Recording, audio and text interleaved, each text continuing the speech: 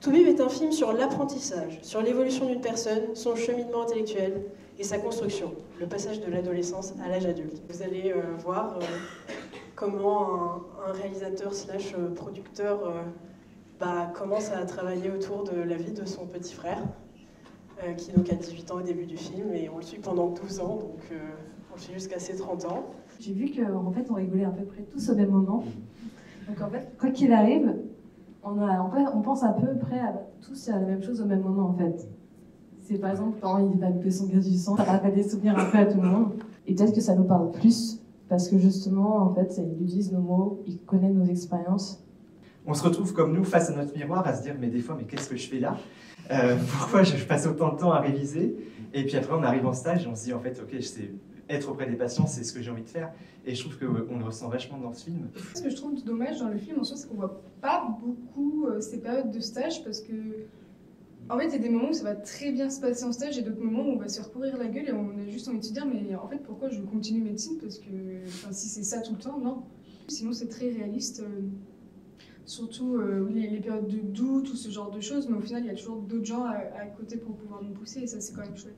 Les questions qui se posent pendant la première année, c'est pas du tout les mêmes qui vont se poser au cours du deuxième cycle, puis au cours du troisième cycle. En première année, deuxième, troisième année, tu te fais vraiment une vision de la médecine qui n'est pas du tout celle que tu vas découvrir pendant l'externat, et qui n'est pas du tout celle que tu vas découvrir encore pendant l'internat. Et toutes ces phases-là, moi je les ai vécues déjà, et je suis encore en train de les vivre à l'internat. Quand tu as 18 ans, tu commences ta première année de médecine, tu sais rien de la vie, et on te bombarde à l'hôpital, donc tu as le temps de changer pas mal de réflexions. Ça, j'ai trouvé ça vachement intéressant sur le film.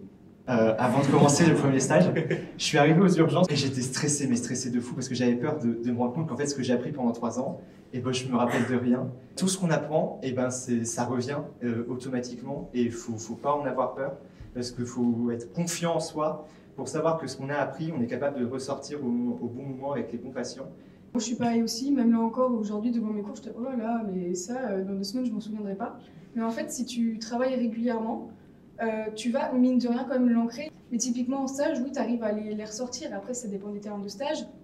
Moi, typiquement, je suis en médecine interne. La médecine interne, c'est une maladie rare. Moi, je vois des trucs, oulala, j'ai aucune idée de ce que c'est.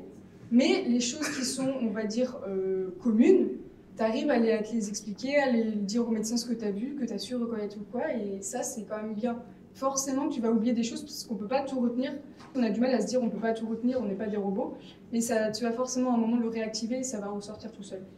La médecine, c'est vraiment un cycle quelque part. C'est que tu apprends quelque chose, tu oublies un peu, et tu y retournes quand il arrive. Même en tant qu'interne, en fait, tu emmagasines beaucoup plus de connaissances, de compétences.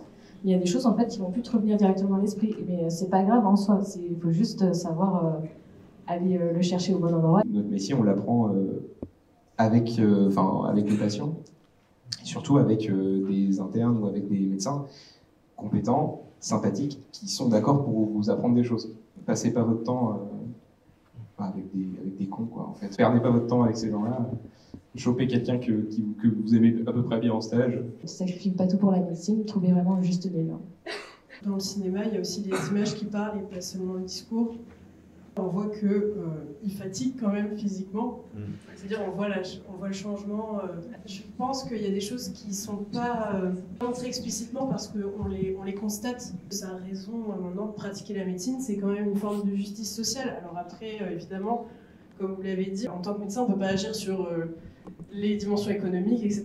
Mais j'imagine qu'à une certaine échelle, même si c'est potentiellement insatisfaisant, on peut participer de cette amélioration sociale, même si d'abord on a une connaissance qu'on doit appliquer sur les patients.